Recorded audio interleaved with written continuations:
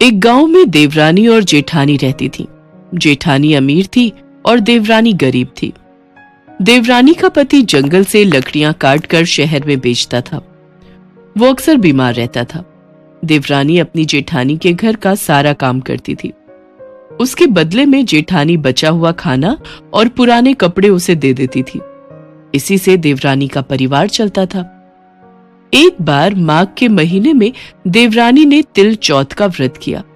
देवरानी ने 5 रुपए के तिल और गुड़ लाकर तिलकुटा बनाया और पूजा करने के बाद तिल चौथ की कथा सुनी। उसके बाद उसने तिलकुटा अपने घर में बने छींके में रख दिया और सोचा कि चांद निकलने पर तिलकुट का भोग लगाकर ही कुछ खाऊंगी। और इसके बाद वो जेठानी के घर चली गई। जेठानी के यहाँ खाना बनाने के बाद उसने जेठानी के बच्चों से खाना खाने के लिए कहा। बच्चों, खाना तैयार है, तुम कहो तो लगा दूं? नहीं चाची, अभी बिल्कुल भी भूख नहीं है। चाची, जब माँ खाना खाएंगी तभी हम भी खाना खाएंगे। अच्छा तो जेठ जी आपको परोस दूं? अब अकेला क्या ही खाऊं? सुधा और बच्चे जब खाएंगे मैं भी तभी खा लूंगा। सुलोचना, आज तो किसी ने भी खाना नहीं खाया, तो आज मैं तुम्हें भी खाना नहीं दे सकती। आज तुम जैसे तैसे गुजारा कर लो, सुबह होते ही बचा हुआ खाना ले जाना। अब क्या करूं? घर पर तो कुछ भी नहीं रखा, सब भोजन की राह देख रहे होंगे। देवरानी के घर पर उसका पति और बच्चे खाने की आस लगाए बैठे थे। आज त्योहार था। बच्चे सोच रहे थे माँ आज ताई के घर से पकवान लेकर आएगी। पर जब बच्चों को पता चला कि माँ खाली हाथ लौटी है, तो रोते रोते सुलोचना ने बच्चों को रूखा सूखा खिलाकर सुला दिया। उसके पति को भी बहुत गुस्सा आया। सारा दिन काम करके भी 2 रोटी नहीं ला सकती तो काम क्यों करती है? तू वहां पर काम करने गई, पूरा दिन काम करके खाली हाथ लौटी। पति गुस्से में आ गया और सुलोचना को कपड़े धोने वाली लकड़ी से पीटने लगा। पिटाई के दौरान धौवा टूट गया तो पट्टे से मारा। इसके बाद वो बेचारी गणेश जी को याद करते करते पानी पीकर ही सो गई। उस दिन गणेश जी उसके सपने में आए और बोले, धोवना मारी, पाटा मारी सो रही है कि जाग रही है? कुछ जाग रही हूँ, कुछ सो रही हूँ। भूख लगी है, कुछ खाने को दे दो। मैं आपको खाने के लिए क्या दूं? मेरे घर में तो अन्न का एक दाना भी नहीं है। जेठानी जो बचा खुचा दे देती थी, आज तो वो भी नहीं मिला। पूजा का तिलकुटा छींके में रखा है, वही खा लो। बाल गणेश जी ने सारा तिलकुटा खा लिया और बोले, धोवना मारी, पाटा मारी निपटाई लगी है, कहाँ निपटूं? इस घर में जहां आपकी इच्छा हो वहीं निपट लो। अब कहाँ पोछूं? कब से तंग कर रहे हो? मेरे सिर पर पोंछ दो। और कहाँ पोछोगे? गणेश जी तो बाल लीला कर रहे थे। वो तो अपने छोटे रूप में सुलोचना की भक्ति से प्रसन्न होकर उसके सकट व्रत का फल देने आए थे। सुबह जब सुलोचना की नींद खुली तो वो हैरान रह गई। उसने देखा कि उसका पूरा घर हीरे मोतियों से जगमगा रहा था और उसके माथे पर हीरे मोतियों के टीके जगमगा रहे थे। हे गणेश जी, आपने तो मुझ दुखियारी के सारे दुख दूर कर दिए। आपकी जय हो गणेशा, आपकी जय हो प्रभु। गणेश जी का ये चमत्कार देखकर सुधा का पति और बच्चे भी बहुत खुश थे। उधर जेठानी सुधा सुलोचना की राह देख रही थी। आज तो बड़ी देर हो गई, अभी तक सुलोचना आई क्यों नहीं? कहीं खाना नहीं दिया तो बुरा मानकर बैठी हुई हो। अरे बच्चों, अपनी चाची को देखकर तो आना, बोलना माँ बुला रही है, वो अभी तक आई क्यों नहीं? बच्चे अपनी चाची को बुलाने चले गए। चाची चाची, चलो आपको माँ ने बुलाया है, सारा काम पड़ा है। नहीं बच्चों, अब मैं काम पर नहीं आऊंगी। चाची ने कितने सुंदर सुंदर गहने पहने हैं। पहले तो चाची को कभी इन गहनों में नहीं देखा, जाकर माँ को बताते हैं। बच्चे वापस जाकर अपनी माँ को सारी बात बताते हैं। माँ, चाची के पास इतने सुंदर सुंदर गहने हैं, हार, मोतियों की माला, कानों के झुमके, चूड़ियां। आपको पता है उनके पास बहुत सारे गहने हैं और उनका पूरा घर हीरे जवाहरात से जगमगा रहा है। उन्होंने काम पर आने के लिए भी मना कर दिया है। क्या? ऐसा कैसे हो सकता है? कल रात तक तो उसके पास एक फूटी कौड़ी भी नहीं थी। आज एक रात में ही उसके पास इतने गहने और जेवर कहां से आ गए? मुझे जाकर देखना होगा। जेठानी दौड़ती हुई देवरानी के घर पहुंची और पूछा कि ये सब कैसे हुआ। देवरानी ने स्वप्न की सारी घटना जेठानी को बता दी। जेठानी के मन में लालच आ गया। घर लौटकर जेठानी ने अपने पति से कहा, सुनो जी, तुम मुझे धोवने और पाटे से मारो। अरे तुम्हारा दिमाग खराब हो गया है क्या? है? मैंने कभी भी तुम पर हाथ नहीं उठाया। मैं तुम्हें धोवने और पाटे से कैसे मार सकता हूं? जेठानी जब नहीं मानी और जिद करने लगी तो उसके पति को उसे मारना पड़ा। उसके बाद जेठानी ने ढेर सारा घी डालकर चूरमा बनाया और छींके में रखकर सो गई। गणेश जी तो सब जानते थे कि जेठानी लालच में आकर ऐसा कर रही है। फिर वे रात को उसके सपने में आए और बोले, भूख लगी है, क्या खाऊं? गणेश जी महाराज, देवरानी के घर तो आपने सूखा तिलकुटा खाया था। मैंने तो मेवे डालकर घी का चूरमा बनाकर छींके में रखा है, खा लीजिए। कहाँ निपटूं? देवरानी के यहाँ तो टूटी फूटी झोपड़ी थी, मेरे यहाँ तो महल है, जहाँ चाहो वहाँ निपट लो। अब पोछूं कहाँ? देवरानी का माथा तो गंदा था, मैंने तो चमेली का तेल लगाया है, मेरे माथे पर पोंछ लो। धन की लोभी जेठानी बहुत खुश थी। वो सुबह जल्दी उठ गई। उसने सोचा कि घर हीरे मोतियों से भरा होगा, पर जब उसने चारों ओर देखा तो पूरे घर में गंदगी फैली थी और बहुत तेज बदबू आ रही थी। उसके सिर पर गंदगी लगी थी। उसने गणेश जी को याद किया। हे गणेश जी महाराज, ये आपने क्या किया? आप मुझसे रूठे और देवरानी पर प्रसन्न हुए। भाग्यवान, तेरे पास सब कुछ था, फिर भी तेरा मन नहीं भरा। देख ले अपने लालच का नतीजा। आज तेरे लालच के कारण ही भगवान गणेश हमसे नाराज हुए हैं। सुधा माफी मांगने लगी। तब भगवान गणेश प्रकट हुए। सुधा, ये तुम्हारे द्वारा किए लालच का फल है। तुमने लालच के वश में आकर मेरा स्मरण किया, पर मैं तो प्रेम का भूखा हूं। मुझे रूखी सूखी भी यदि कोई भक्त प्रेम और श्रद्धा से भोग लगाता है तो मैं उसके भंडार भर देता हूं। पर जहां लोभ और बेईमानी होती है वहां मेरी कृपा कभी नहीं होती। मुझे क्षमा कर दीजिए प्रभु, मैं आज के बाद कभी भी लालच नहीं करूंगी, सबसे प्रेम से रहूंगी। सुधा को अपनी भूल का एहसास था, इसलिए भगवान गणेश सुधा को क्षमा कर देते हैं। सुधा देखती है उसका पूरा घर साफ हो चुका था और चमक रहा था। भगवान गणेश ने सुधा को सबक सिखाने के लिए माया रची थी। इसके पश्चात भगवान गणेश अंतर्ध्यान हो जाते हैं। उस दिन से सुधा भी अपने व्यवहार में परिवर्तन ले आती है। दोनों देवरानी जेठानी भगवान गणेश के आशीर्वाद से अपने अपने घर में सुखी थीं।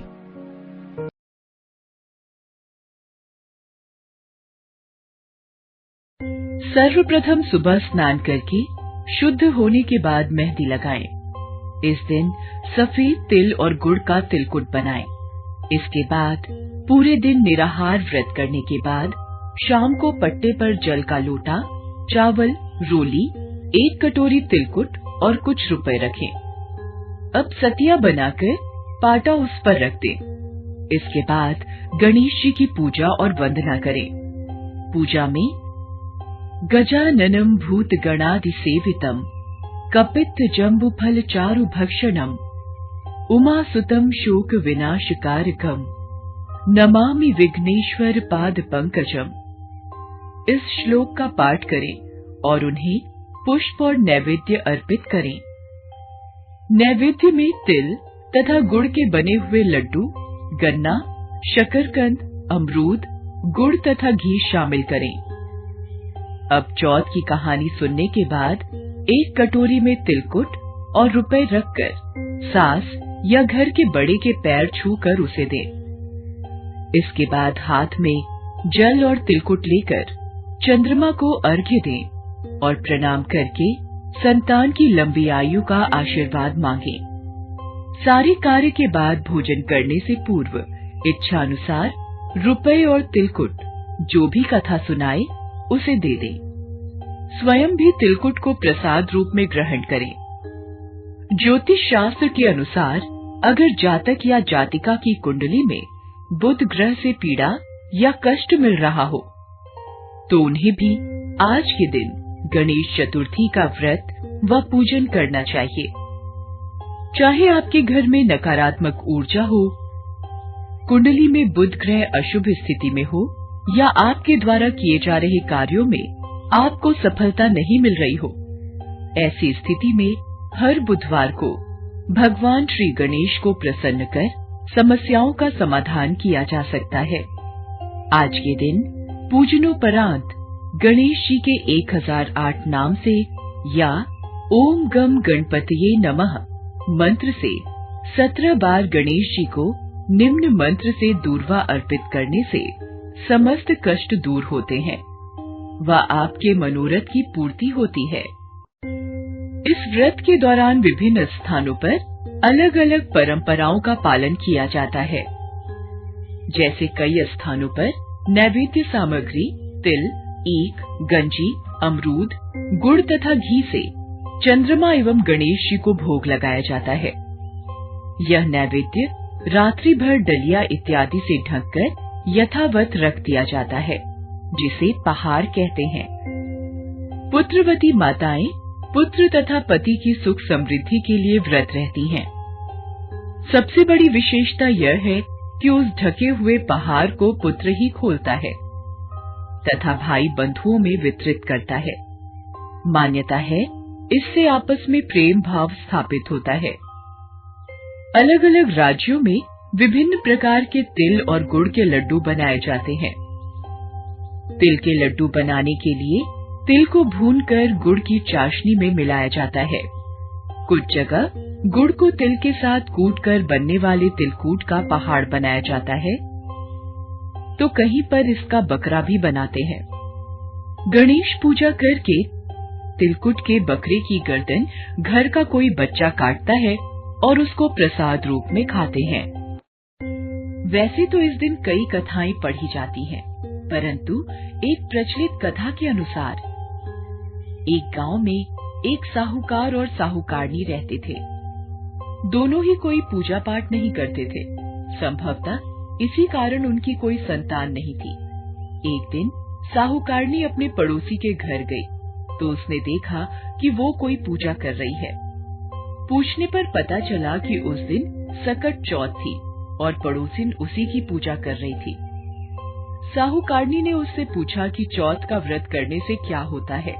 इस पर पड़ोसन ने कहा कि इसे करने से अन्न, धन, सुख, सुहाग, संतान सब मिलता है। इस पर साहूकारनी ने कहा, यदि वो गर्भवती हुई तो 1.25 सेर तिलकुट बनाकर चौथ का व्रत करेगी। गणपति की कृपा से वो गर्भवती हो गई। तब उसने संतान के जन्म पर व्रत पूजा करने का इरादा किया। कुछ समय बाद उसका पुत्र हुआ तो फिर उसने व्रत को टाल दिया और कहा कि जब उसके बेटे का विवाह होगा तब वो सकट का व्रत करेगी। बेटा बड़ा हुआ और उसका परदेश में विवाह सुनिश्चित हो गया। जब बेटा बारात लेकर गया तब भी साहूकारनी ने व्रत करने का इरादा नहीं दिखाया। इससे गणेश भगवान रुष्ट हो गए और चौथ माता भी नाराज हो गई, जिसके चलते बेटा फेरों के बीच से अदृश्य हो गया और चौथ माता ने उसे जंगल में पीपल के पेड़ पर बिठा दिया। बहुत खोजने पर भी जब वर नहीं मिला तो विवाह आधा हुआ रह गया और सभी अपने घर चले गए। एक दिन उस युवक की अर्ध विवाहित पत्नी अपनी सहेलियों के साथ पूजा के लिए दूब लेने जंगल गई। रास्ते में वही पीपल का पेड़ पड़ा जिस पर उसका आधा पति बैठा था। उसने आवाज दी, ओ मेरी अर्धब्याही। डरकर लड़की घर चली आई, पर दुख से सूखने लगी। जब उसकी माँ ने उसका कारण पूछा तो उसने जंगल की घटना का जिक्र किया। उसकी माँ उसी स्थान पर गई तो उसने देखा कि सेहरा पहने साफा बांधे उसका जमाई पीपल पर बैठा है। उसने इसका कारण पूछा तो लड़के ने बताया, माँ ने बोलने के बाद भी चौथ का तिलकुट नहीं किया, इसलिए चौथ माता ने नाराज होकर मुझे यहाँ बैठा दिया। ये सुनकर लड़की की माँ साहूकारनी के घर गई और उससे पूछा कि तुमने सकट चौथ का कुछ बोला था। तो उसने कहा, हाँ, तिलकुट बोला था।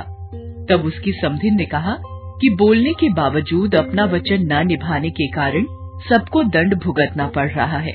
इस पर साहूकारिनी ने कहा कि जैसे ही उसका बेटा बहू लेकर घर आएगा वो तिलकुट करेगी। इससे गणेश जी प्रसन्न हो गए और उसके बेटे को मुक्त करके फेरे पूरे करने का आशीर्वाद दिया।